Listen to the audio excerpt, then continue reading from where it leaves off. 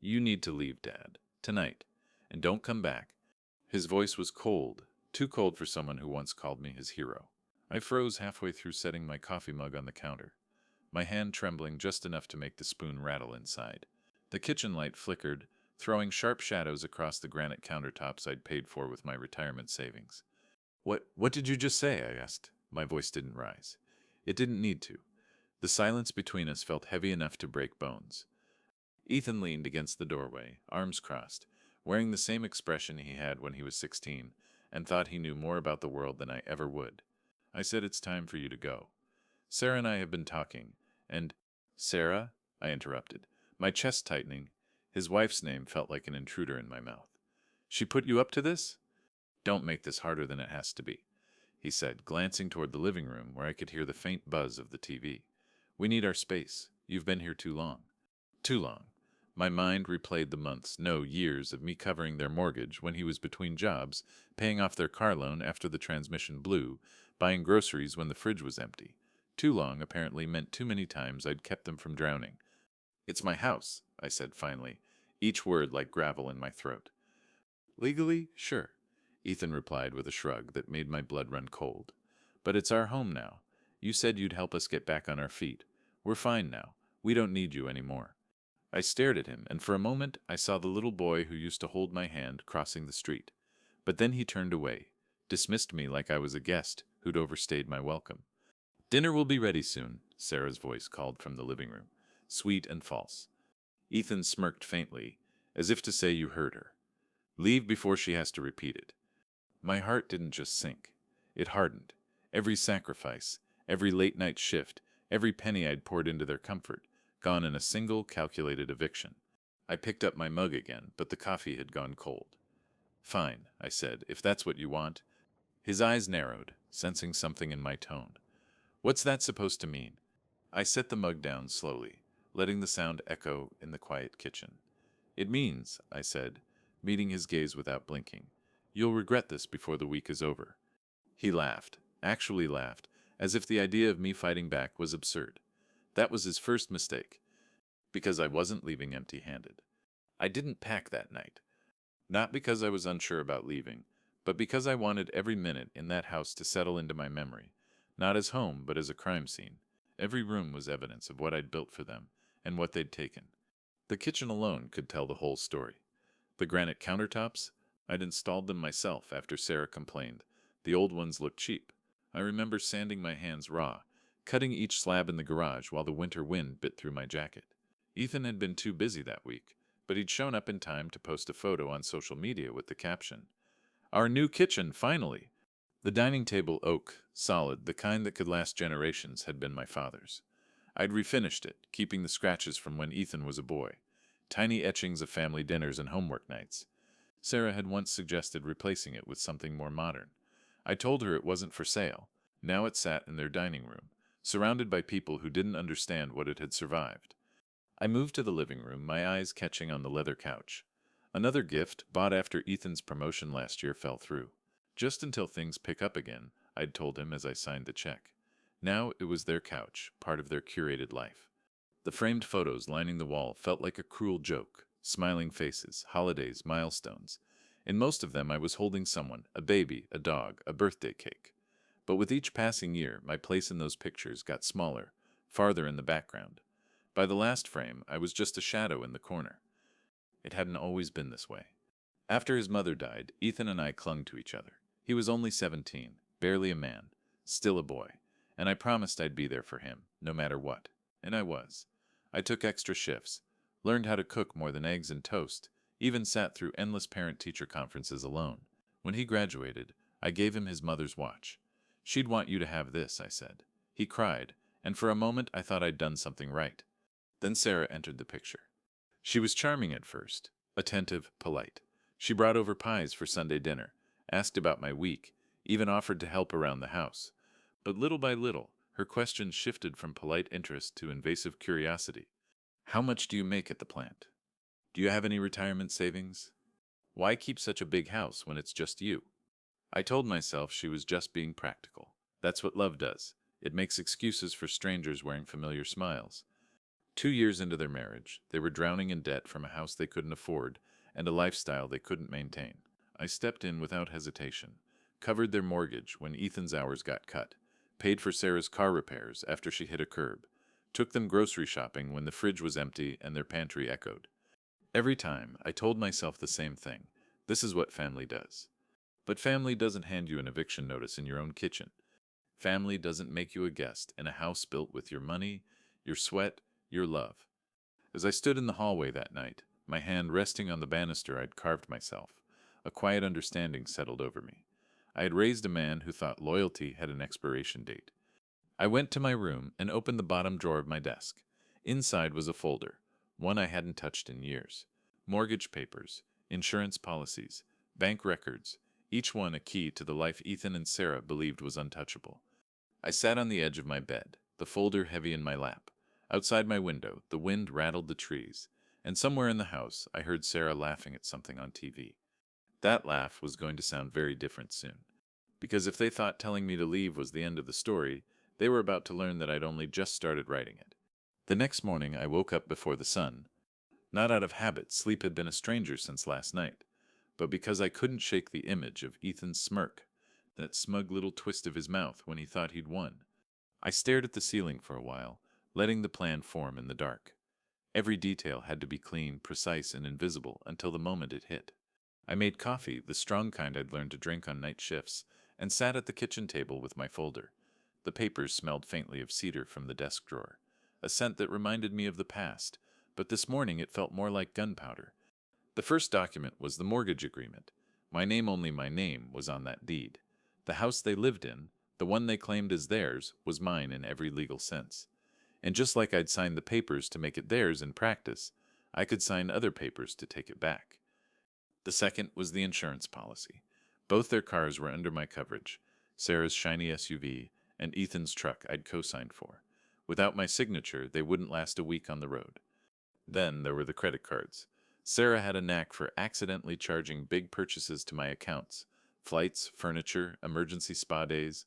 I'd let it slide, convincing myself it wasn't worth a fight. But now it was ammunition.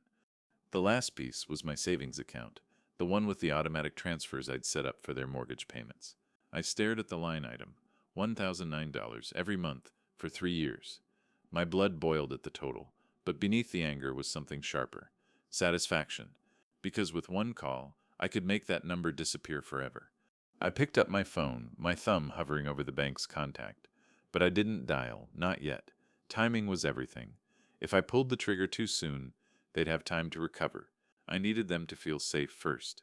I needed Ethan to believe I'd slunk away quietly, tail between my legs. So I played my part. At breakfast, I didn't mention the conversation from last night. I asked Sarah if she wanted me to pick up anything from the store. I even complimented Ethan on the new shelves in the garage, though I knew he'd hired someone else to install them. It worked. By the time I left the house that afternoon, just for a walk, Ethan's guard was down. Sarah even smiled at me as I grabbed my jacket. That smile would haunt her later. I walked 3 blocks to the small park with the wooden benches and dialed the bank. The hold music was cheerful, oblivious to the quiet war I was about to start. When the representative answered, my voice was calm. Too calm. "Yes, I'd like to cancel an automatic transfer," I said, reading off the account number. "Effective immediately." It was such a small sentence, but by the time I hung up, the first domino had already fallen, and I was going to make sure every single one after it landed exactly where I wanted. That night, I couldn't sleep. The streetlight outside my window flickered in a slow, hypnotic rhythm, painting the room in alternating gold and shadow. I lay there, staring at the ceiling, the weight of my own decisions pressing against my chest. It's not too late to undo it, I thought. One call to the bank, one sorry mistake, and the money would start flowing again. Ethan and Sarah would never even know I'd considered cutting them off. Life could go back to its quiet, familiar misery. For a moment, that seemed easier. No confrontation, no cold stares, no whispered accusations at family gatherings if there were any left to attend. I'd seen other fathers cut off from their children, drifting like satellites with no orbit. I didn't want that to be me. My mind wandered to Ethan's first Little League game. He was 9, all elbows and knees, swinging at every pitch whether it was in the strike zone or not. When he finally connected a foul ball that barely stayed in play, He turned to look at me in the stands, grinning like he'd just hit a grand slam. I'd been that face's biggest fan. But then another memory pushed in, uninvited. 2 years ago, the night Ethan called me to borrow money for the down payment on Sarah's SUV. I'd said I didn't have it. He'd gone silent for a beat, then muttered, "Guess some people just aren't built to help family when it counts." The sting of those words still burned. Was this revenge? Or was it self-preservation? The line blurred in the dark. I got up and walked to the kitchen, the floor cool under my bare feet. The house was quiet, but not in a peaceful way, more like it was holding its breath. I poured a glass of water and leaned against the counter, staring into the darkness beyond the window. My reflection looked older than I remembered. Tired, yes, but there was something else in my eyes. Resolve. Family is supposed to be a two-way street. I'd been driving one direction for years, pouring everything I had into keeping them afloat, and they'd turned it into a dead end. Ethan's decision to throw me out wasn't a single moment. It was the culmination of 1,000 little choices they'd made, each one pulling them further away from me. I set the glass down with a quiet thud. No, this wasn't about cruelty. It was about balance. About reminding them that bridges can be burned from both sides. And by the time I was finished, they'd understand exactly what it cost to set fire to me. If you've ever been blindsided by someone you trusted, you know the feeling. The sharp sting in your chest. The disbelief that someone you'd sacrifice everything for could look you in the eye and betray you. Maybe you've been there. Maybe you've had to make that same choice, walk away quietly, or make them regret underestimating you. I want you to imagine for a moment. What would you do if your own family turned you into a stranger in your own home? Would you forgive? Would you fight back? Because what I did next, well, let's just say it turned their world upside down. And I was only getting started. I started small. Not because I doubted the plan, but because a good strategy needs to be invisible until it's too late to stop. The morning after I canceled the mortgage payments, I stopped by the insurance office. The same young agent who'd set up Ethan and Sarah's policy last year greeted me with her usual smile. "Mr. Reynolds, what can I do for you today?" "I need to remove 2 vehicles from my coverage," I said, handing her the plate numbers. "Effective when?" "Immediately." She tapped the keys, printed out the confirmation, and slid it across the desk. "They'll receive notice in the mail within 3 to 5 business days." I smiled faintly. "That's perfect." Next stop was the credit card company. Sarah had 3 authorized user cards under my accounts, each one a golden key to whatever she decided was an emergency. The representative confirmed the balances, then asked the question I'd been waiting for. "Would you like to remove her spending privileges as well?" "Absolutely," I said, savoring the sound of it. By noon, the walls of their financial safety net had started to shrink, but I wasn't finished. That afternoon, I paid a visit to the bank in person. The manager, an old acquaintance from the days when I was still paying off my own mortgage, shook my hand warmly. "How's retirement treating you?" "Better every minute," I told him. Then I slid the folder across his desk. "I need to make a few changes to my accounts." We went through them one by one, canceling automatic transfers, rerouting deposits, moving savings into a separate institution.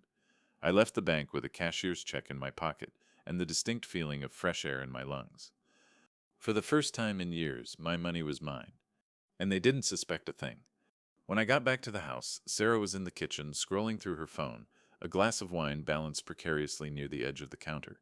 She glanced up just long enough to say, "Ethan's at work. Dinner's at 7. I gave her a polite nod and went upstairs, my mind already ticking through the next phase. They needed to believe I was complying with their little eviction request, that I was slowly packing my life into boxes, ready to shuffle off quietly into whatever corner they thought I belonged. So that night, I dragged an old suitcase out of the closet and left it half open on my bed, a few shirts and a pair of shoes spilling out, just enough to look like I was in the process of leaving. The next morning, Ethan peeked in while I was making the bed. "Looks like you're making progress," he said, trying and failing to hide the relief in his voice. "Yep," I replied casually. "Won't be long now." He left with a satisfied grin. Perfect. Because what he didn't know was that by the time he found out the truth, it would be far too late for him to fix it. And every single thing he'd taken for granted would start slipping right through his fingers. It only took 3 days for the cracks to show. The first sign was the mail. Sarah came into the kitchen one morning, flipping through a stack of envelopes with a frown deep enough to crease her perfect makeup. She stopped at one from the insurance company, her eyes scanning the letter once, twice, before she called out for Ethan. He came in wearing the same sweatpants he'd had on yesterday. "What's wrong?" She shoved the paper at him. "They canceled our coverage, both cars." I kept my eyes on my coffee mug, letting the steam fog my glasses just enough to hide the smile tugging at the corner of my mouth. "They can't just cancel it," Ethan said.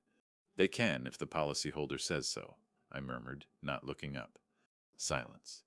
I could feel their eyes on me, searching for some hint of guilt, but I just sipped my coffee like it was any other morning. The next blow landed 2 days later.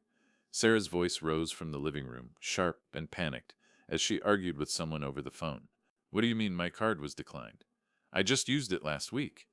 When she hung up, she stormed into the kitchen where I was rinsing my plate. "Did you cancel my cards?" "Why would I do that?" I asked mildly. "Must be a bank error. You should call them again." Her glare could have stripped paint, but she didn't push it. Not yet. By the weekend, the real panic started. Ethan came home from work, pale and tight-lipped. He poured himself a drink without even taking off his jacket. "What happened?" Sarah asked. "The mortgage company called," he said flatly. "They didn't get this month's payment." "That's impossible. Your dad." She stopped, eyes darting to me at the kitchen table. I looked up from my crossword puzzle. "Something you want to ask me?" Ethan's jaw worked like he was chewing on words he didn't want to say. Finally, he muttered, "We'll figure it out," and retreated to the living room. I let them stew. Over the next week, the house turned into a pressure cooker. Arguments bubbled behind closed doors. Sarah's voice was sharp and accusatory. Ethan's was defensive and desperate. I made a point of being the calm center of the storm, moving through my days with quiet purpose, pretending not to hear the cracks widening between them. One evening, I came home from a walk to find Sarah pacing the driveway on her phone. Her voice was low but urgent. "I don't know what's happening, Mom. It's like the money's just gone. I can't get a straight answer out of him." I walked past her without a word, my steps steady, my heart pounding with the satisfaction of a man who knows the tide has finally turned. Inside, Ethan sat at the kitchen counter, staring at a pile of unpaid bills. He didn't look up when I entered. "You still planning on moving out?" he asked quietly. "Soon," I said. But not soon enough for him. Because by the time I walked out that door for the last time, I'd make sure they had nothing left to fill the silence I'd leave behind. It happened on a Tuesday. The sky was overcast, the kind of dull gray that makes the whole world feel like it's holding its breath. Ethan had left early for work, probably hoping to avoid another awkward breakfast, and Sarah was upstairs, no doubt scrolling through real estate listings for homes they'd never afford now. I sat at the kitchen table with my laptop open, cursor blinking in the search bar of the county property records. It took me less than 5 minutes to pull up my own deed, my name printed in bold letters like a signature on a victory flag. My hand hovered over the trackpad for a moment. This was it, the step that would seal their fate.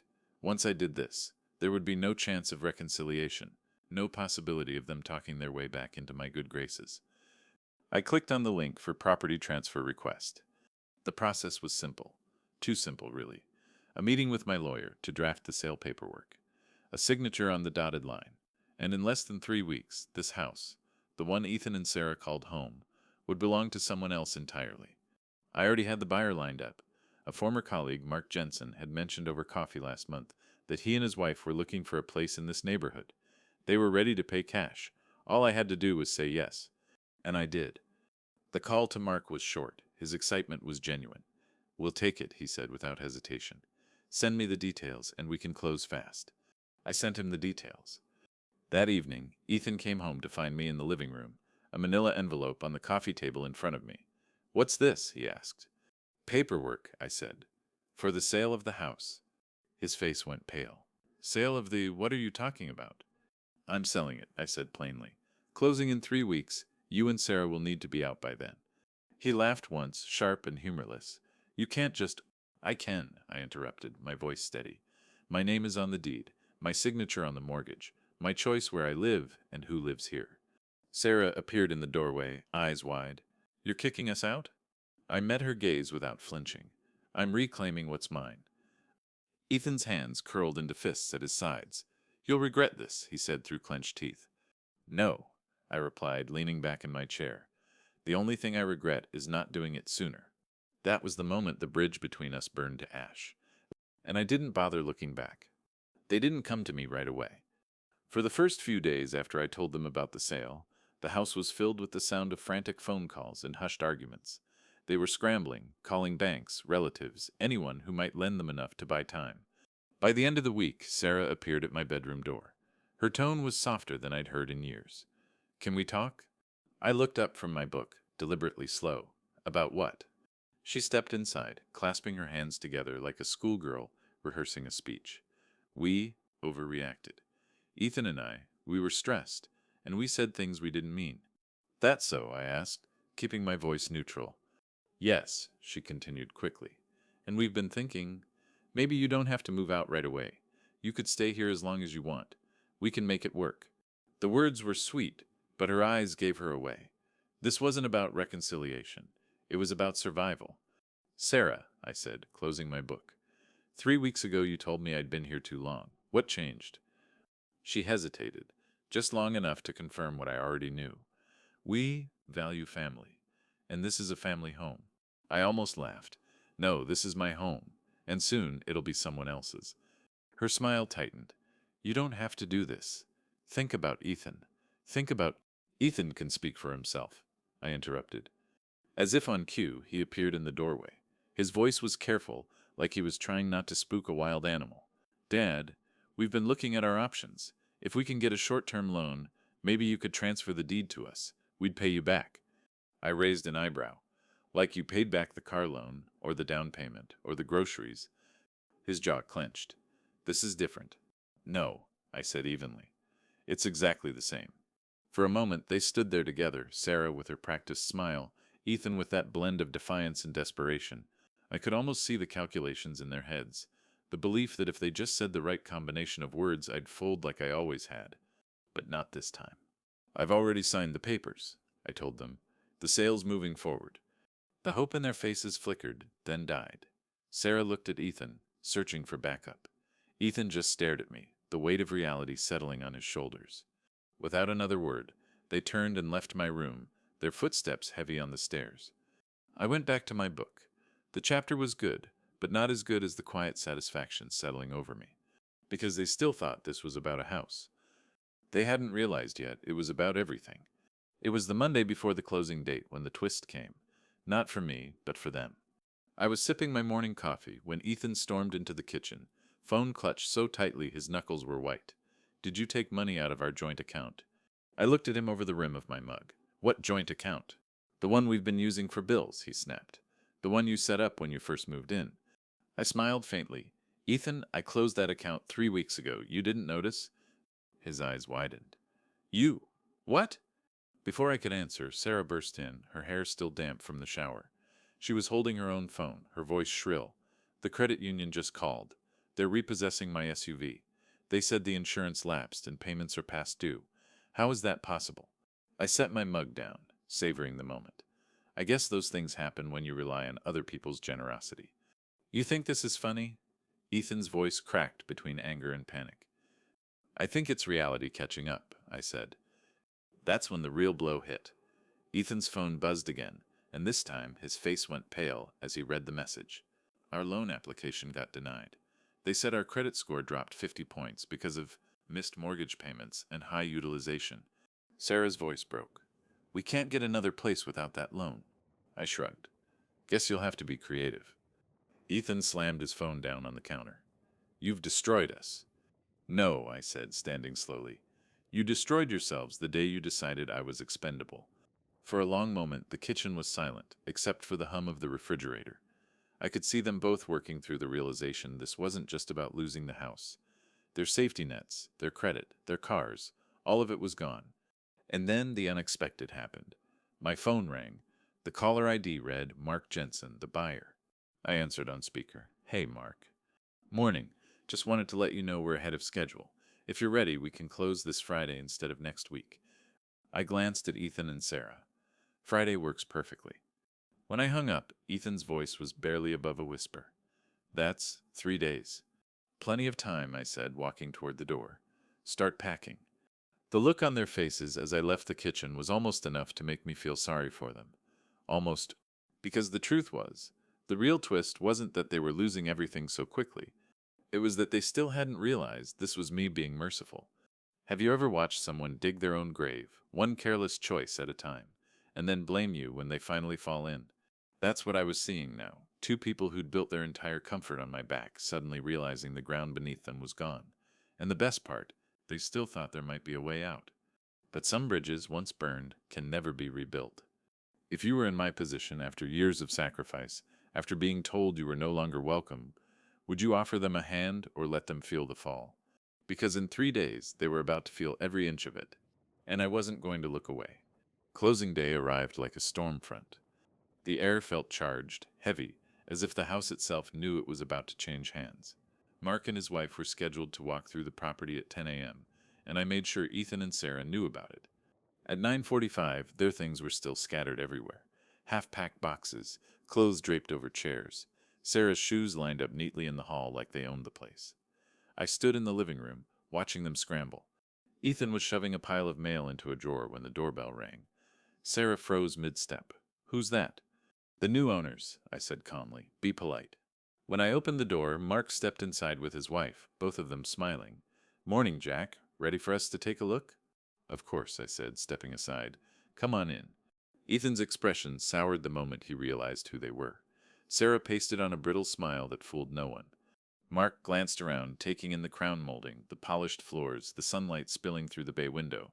"You've kept this place in great shape," he said. "Built it myself," I replied, my voice carrying just enough pride to make Ethan flinch. Every board, every nail. As Mark and his wife moved from room to room, Sarah trailed after them, pointing out features as if she were still the lady of the house. "This closet has built-in shelves. My husband installed them." "Actually," I corrected smoothly, "I did that, along with the cabinets, the countertops, and the flooring." Mark chuckled. "Sounds like you've put a lot of work into it." "I have," I said, "which is why I'm happy to see it go to someone who'll appreciate it." Ethan finally snapped. "You can't just waltz people through here like it's already theirs," he barked. Mark's wife looked startled, but I didn't flinch. "Ethan," I said evenly, "in 2 hours it will be." His voice rose. "This is our home." "No," I said, my tone sharp enough to cut the air. "This was my home. You told me to leave. So I did, on my terms." The silence that followed was thick, broken only by Sarah's nervous laugh. "He's exaggerating. We're all just under a lot of stress." Mark stepped forward, holding out his hand. "We're really grateful, Jack. We'll take good care of it." I shook his hand firmly, glancing over at Ethan. "I know you will." As the new owners left to finalize paperwork, Ethan stood frozen, his hands clenched into fists, his face a mask of disbelief and rage. Sarah leaned against the wall, pale and quiet. The walkthrough was over, the deal was done, and now there was nothing they could do to stop the clock from running out. By noon, we were all at the title office. The lobby smelled faintly of fresh paper and cheap coffee, the kind of place where lives quietly change with a few strokes of a pen. Mark and his wife were already seated at the conference table, flipping through a stack of documents. Ethan and Sarah arrived together, walking stiffly, their faces set in brittle smiles. Sarah carried a folder, probably stuffed with last-minute pleas or evidence to sway me. Ethan didn't look at me as he took his seat. The escrow officer, a cheerful woman in a navy blazer, began shuffling papers. "All right, everyone, let's get started." For the first few minutes, the only sounds were the scratch of pens and the occasional murmur of explanation. Then Ethan broke. "This doesn't have to happen," he said suddenly, his voice pitched just high enough to draw glances from the other clients in the room.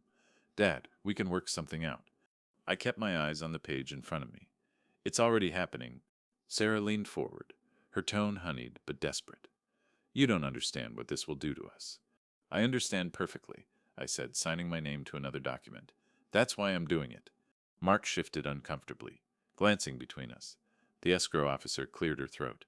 "If we could just—" "No," Ethan said sharply, his composure cracking. "You're throwing away your family over pride." That made me look up. "Pride?" I repeated. "You told me to get out of my own house. You made it clear I wasn't welcome. I'm just granting your wish permanently." A murmur rippled through the other side of the room. One man actually stopped signing his own papers to watch. Sarah's cheeks flushed. "We were stressed." "You were entitled," I cut in. "And now you're homeless." The words landed like a slap. Sarah's mouth snapped shut. Ethan's face went red, then pale. Mark's wife reached over, touching my arm gently.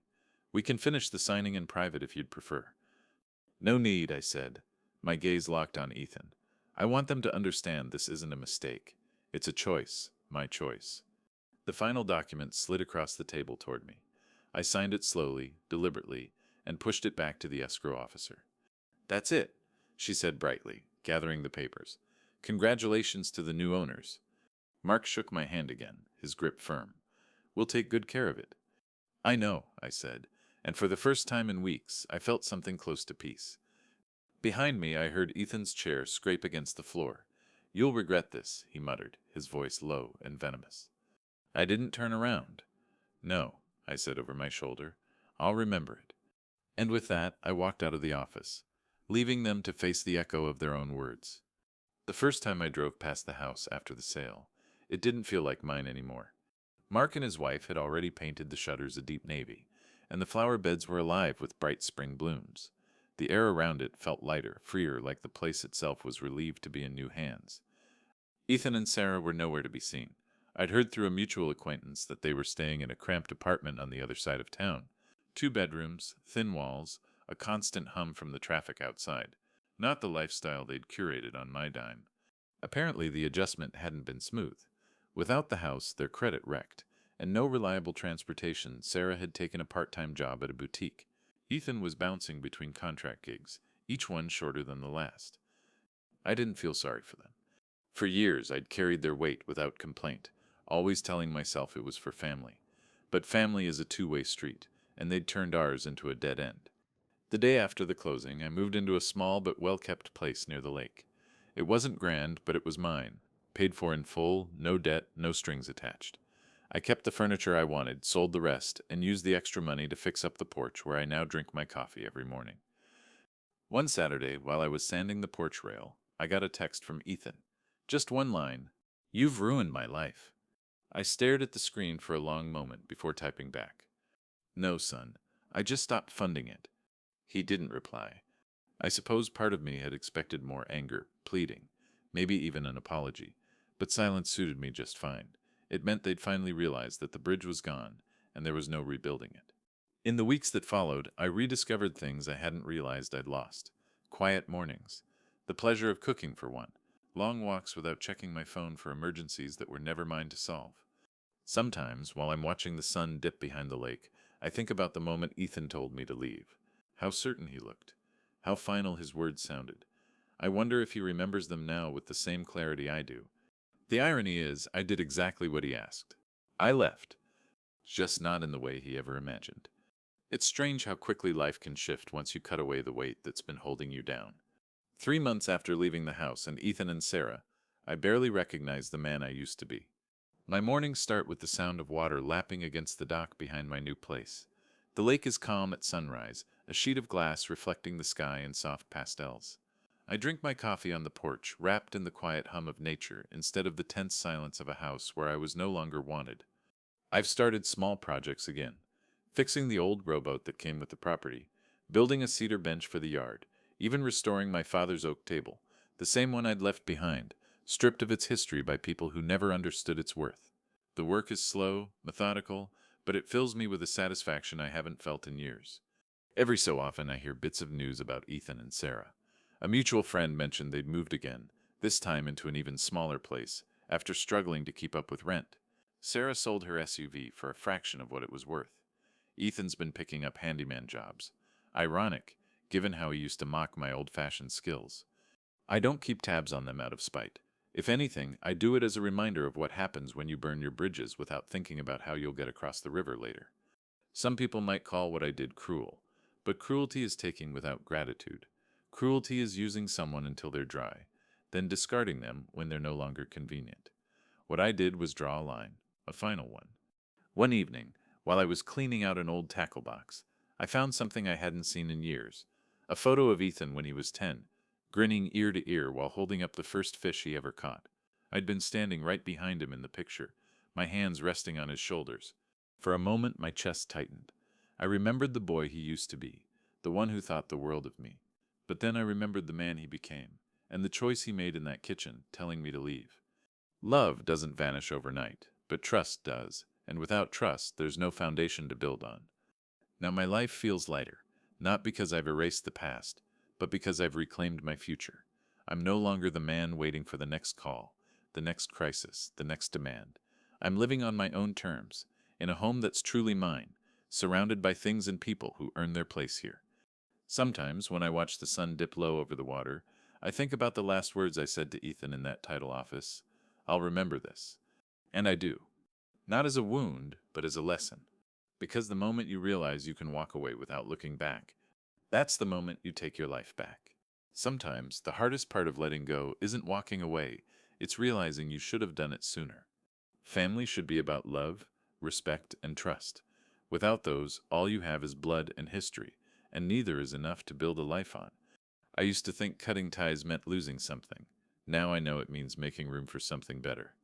If someone showed you they valued your presence only when it benefited them, would you keep giving, or would you finally take back what's yours? Tell me in the comments what would you have done in my place. Because in the end, revenge isn't always loud. Sometimes it's just the sound of a door closing and never opening again.